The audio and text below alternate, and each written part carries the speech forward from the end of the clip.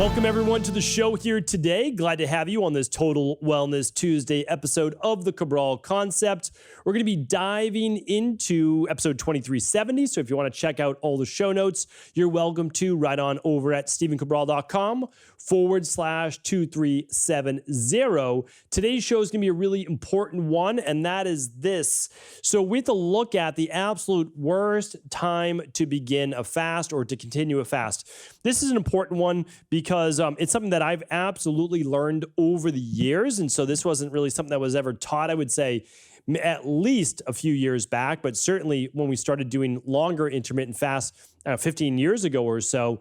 And it really has to do with much more than just how you feel at the moment. We will be talking about a little bit about that symptomatically, but what I want to make sure is that you set yourself up for success.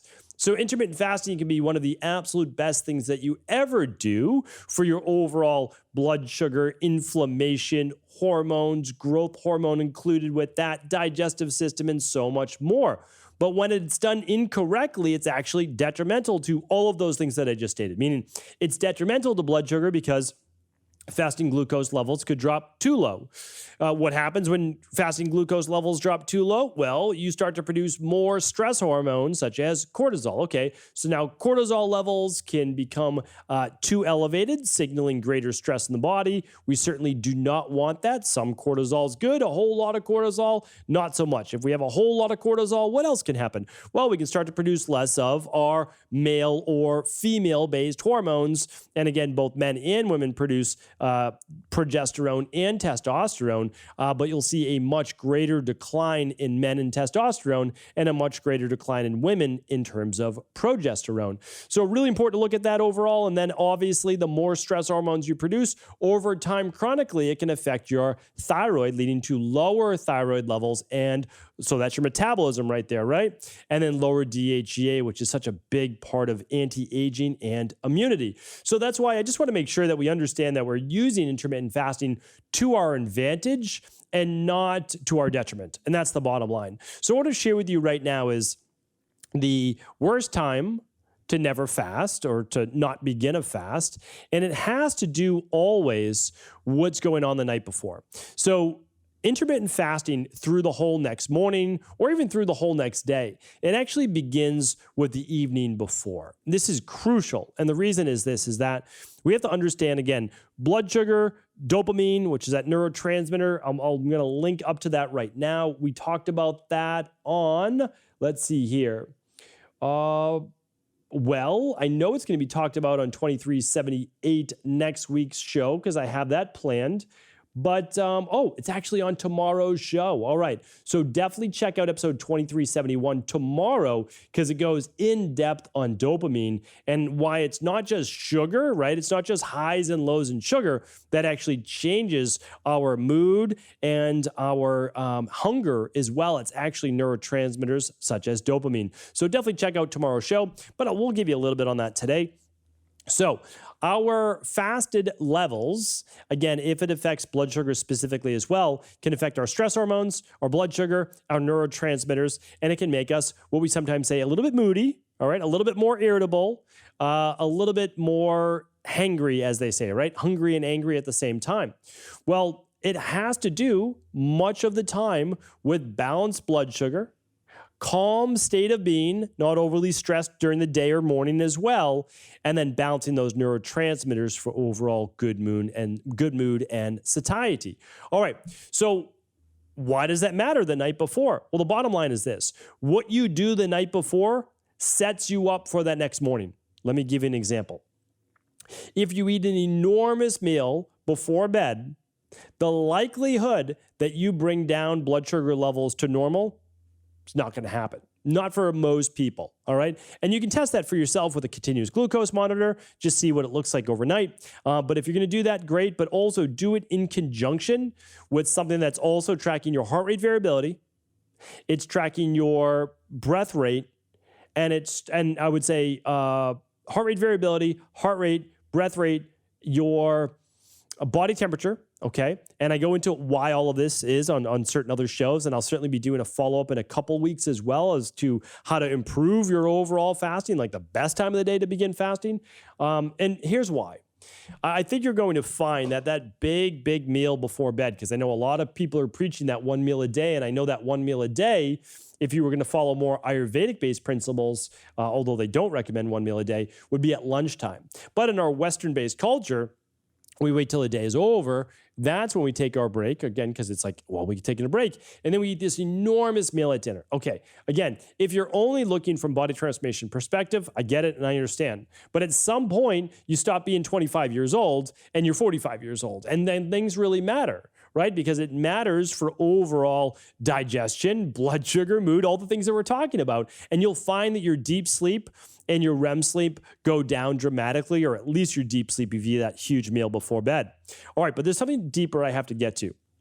And this is the most important time. So you do not want to begin a long fast if you have been drinking alcohol the night before. All right, so this is the absolute worst time to begin a fast, is the following day, the next day after drinking alcohol. And here's why. Besides that big meal, although a lot of people do eat a big meal with alcohol, let's just say alcohol in general. Alcohol may initially increase blood sugar levels, all right? But what it's typically followed by is hypoglycemia, or a drop in blood sugar.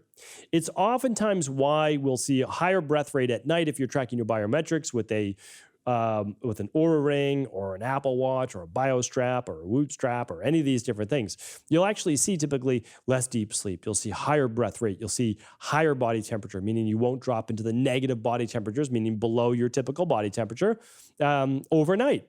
And that's a sign of poor recovery. So you might feel like you fell asleep. I don't disagree. Alcohol can be a depressant to the point where it's allowing you to fall asleep, but it can also be excitatory in terms of dopamine and certain neurotransmitters, which you don't want to spike right before bed. But what we're really talking about today is the drop in blood sugar. So during the middle of the night, you can go high blood sugar, you can go then low blood sugar. You can wake up oftentimes feeling more depleted, not just of vitamins and minerals from drinking alcohol, but actually due to blood sugar as well. So you can be a little bit lower than maybe baseline normal. Why is this a problem? Well, what you have to understand is that if you drop into low blood sugar, you are spiking your stress hormones. That's just the way that it is. A lot of people just say, well, no, my ketone production, or I'll tap into my fatty acids. That doesn't happen to the same degree when you are stressed. That is essentially in an aerobic, parasympathetic nervous system, relax-based process, right? So in an ideal world, you would wake up and your blood sugar would just be on the lower side, and you'd say, oh, I'm just going to start burning more fat, right? And I'm going to start making ketones if needed. Well, you have to listen to my podcast, which is The Fat Burning Myth Explained. That does happen. That absolutely does happen. But it's always varying degrees. Like you're burning glucose as well. It's not like your body doesn't burn glucose. And the more you move towards the sympathetic nervous system, which is the fight or flight, or a stress-based environment, which, by the way, is low blood sugar as well. That's a endogenous, so inside of you, production of stress. You produce glucose. That's just the way that it is. So if there's no more glycogen to be brought out from reserves inside of the liver, well, you're going to find stored glycogen somewhere. And that's because the vast majority of stored glycogen is actually in the muscle tissues. So you very well could be breaking down muscle tissue. Bodybuilders know this. They've known this for a long, long time. They're going to do an intermittent fast, but not to the degree that someone might be doing for health, because what's their main goal? Well, their main goal is to maintain size and put on size. And a long intermittent fast is detrimental to putting on a lot of muscle. I know a lot of people may disagree with that, but it's nonetheless still the truth. If you're on anabolic hormones like steroids, well, you're going to be able to preempt muscle loss to a greater degree because you are on anabolic steroids, and your body is then in what? Well, it's in more of an anabolic environment all of the time.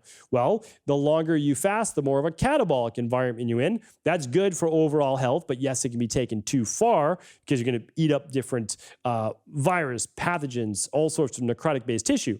But again, it can be taken too far, of course. So you want to balance between anabolism and catabolism. Well, again, when you're on anabolic steroids, you've pushed the balance to anabolism. Anyway, we'll talk about that a different show if you'd like. So why is this important? Well, there's many people, such as myself, that do a 12 to 16 hour fast every single day. Mine, I do. My sweet spot for mine is 14 hours. It's 6 at night to 8 in the morning. That's what I do. That's what works best for my body. Your body might do great in fasting until 10 a.m., right? Your body might do great for different types of things. That's totally fine. I'm not going to tell you when to start your intermittent fast. I will say that for 99% of people, you do want a 12-hour overnight fast. 7 at night to 7 in the morning. That could be fine, right? 6 at night to 6 in the morning. 8 at night to 8 in the morning, although I don't think you want to push it until 8, but I'll talk about that on a future show coming up. So definitely stay tuned on why I don't think it should probably be later towards 8 o'clock at night. But again, we'll chat about that.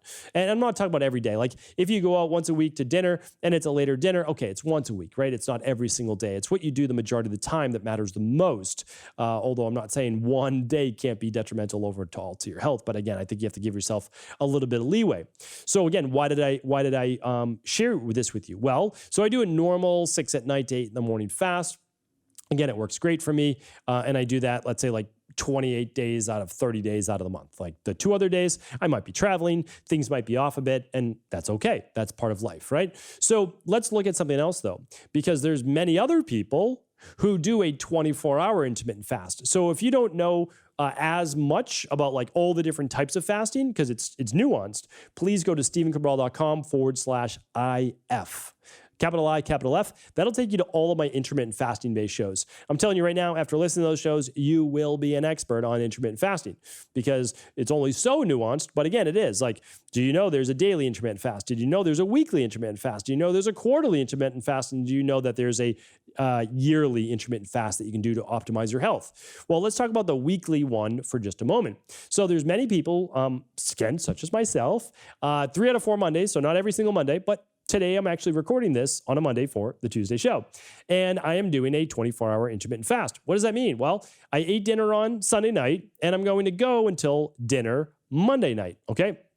So that means I finished dinner somewhere around 5:36 on Sunday, and I'm going to have dinner somewhere around 5:30 tonight. So that's a 24-hour intermittent fast. During the day, I'll be drinking water, or I might just be doing some of the DNS-based shakes. I share that on the one-day reset diet. It all depends on kind of where I'm at for training and depletion and all those different types of things. But the truth is this, is that if I drank any alcohol the night before, this would be a day that I should not do a longer intermittent fast because I'm causing a lot of stress on my body. What does that mean? Well, I'll start to get more run down. I'll start to lose more muscle tissue, my skin, my hair, my nails, all those things could absolutely be affected. So it's really important to understand like how intermittent fast works because you want to be in a balanced state when this takes place. So let me give you then a real world scenario on how to do this if you do drink alcohol. All right, let's say you drink alcohol on the weekends, but you want to begin a 24-hour intermittent fast. Or you might want to do something like our functional medicine Eco-Life detox, okay? Well, it's important that you don't do it the night before you're to start your detox. This is one of the reasons why I want to do this show here today, because a lot of people begin their functional medicine detox on a Monday. You should not be doing a cheat meal the night before. You shouldn't. It shouldn't be a huge meal, and it shouldn't be alcohol, because you're going to feel worse on your detox. Now, most people feel like I'm going to blow it out the night before. I'm going to have all sorts of my favorite foods and I'm going to have alcohol. And the next day, I'm just going to begin my functional medicine detox. You will feel worse on that functional medicine detox than you typically would have if you had that huge cheat meal or alcohol the night before. And that's because you've already dysregulated your blood sugar to a greater degree. So when you wake up the next morning, well, your blood sugar is going to be lower. You're going to be producing more stress hormones, give yourself a headache, feel hungry, feel low mood, low energy, irritable. Well, like that would have happened if you didn't eat at all. Like, so again, you can't attribute that to a functional medicine detox when it's what you did the night before. All right. So here's what you want to do. Let's say you're doing a one-day reset diet. I'll link up one-day reset diet, by the way, here. So just head on over to stephencabral.com/2370. I will link up all the intermittent fasting shows, just the category. I will link up the one-day reset diet, and I'll link up how to complete a functional medicine detox. These, of course, are all free podcasts. And you can go in depth on the information on these. Okay, so if you are beginning on a Monday, a one-day reset diet or 24-hour intermittent fast, or you're doing a functional medicine detox, all right, we don't want to do a cheat meal later than a Friday or Saturday. You want at least one buffer day in between in order to reset hormones, glucocorticoids like cortisol, and you want to be able to reset blood sugar as well.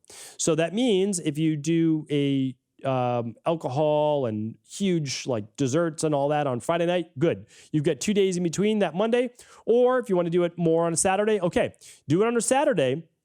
So Saturday night, you're having a couple glasses of wine, you're having pasta, you're having bread, and then you have a piece of cheesecake. I don't know, like whatever you're into. Okay. So then on Sunday though, we don't want to make that a fasting day. We want to eat normally. Eat breakfast, stabilize blood sugar. Eat lunch, stabilize blood sugar. Eat dinner, stabilize blood sugar, okay? So protein, enough protein at each one of those meals, okay? You get enough fiber. I'm going to be doing a podcast on protein and fiber. Let me link that up. I should be doing that within about 2 weeks. I mean, that's really just, again, like the best science we can find is on protein and fiber. It really is. Fiber comes from certain vegetables. Protein comes from whatever you want to look at it, vegan, paleo, primal-based proteins, however you want to look at it. But that's what we need to do in order to stabilize blood sugar. Doesn't mean you can't eat fruit. Doesn't mean you can't eat these things. You just want to make sure that it is with the fiber, right? And you want to make sure that it's part of a balanced overall plan. And again, I have lots of podcasts on this. A day in the life of my Mediterranean diet, why 3 meals a day, like all going into the science on these specific things. Okay, so that's what we want to do. So cheat meal, again, you can call it a flex meal. You can call it whatever you want to call it. Does not matter, right? It's just semantics. But these are foods that you would not typically eat because they're not health foods, right? So we have to stop, like, you can drink alcohol, but let's just not say, oh, I'm drinking alcohol because of the resveratrol in it. Like, we know that that is not the reason that you drink alcohol, right? Like, because you can take resveratrol and you can get way more of it in resveratrol in a product like a Cell Boost, right? You're just going to get, you'd have to drink more than a gallon of wine, red wine, in order to be able to get that much resveratrol. It's not going to happen. So again, I think we have to kind of get away from that mindset. Whatever benefits you can get from alcohol, there's certainly far more toxicity. And that's just the bottom line. Again, and it's going to affect your sleep and all sorts of things. Doesn't mean you can't drink alcohol. What it means is, like, let's just not say it's for health reasons. All right. So now we have that buffer day on. So that's say on Saturday night, buffer day on Sunday, rebalance blood sugar, and then you're going to do your 1 day reset on Monday, or you're going to do a functional medicine detox, or you're just going to do an extended fast. And if you decide to do that, you'll be so much better off because your body will have woken up, hopefully, with stabilized blood sugar, stabilized neurotransmitters, stabilized stress hormones. So now you're actually going to get the majority of the benefit because you're not overstressing your body. Blood sugar is not too high or too low, and you're going to get the benefits of all of the benefits, of course, of intermittent fasting. If you're unfamiliar with those, I have lots of previous podcasts at stephencabral.com/IF, and we can teach you all about those, again, free of charge. So hopefully this was helpful. Again, always feel free to share this show with anyone you believe it could serve. But I'm telling you right now, do not do yourself any injustice by having a big meal the night before or alcohol the night before a longer fast. It is not to your benefit in the long run. All right, take care, everyone. Have an amazing day. I'll talk with you tomorrow.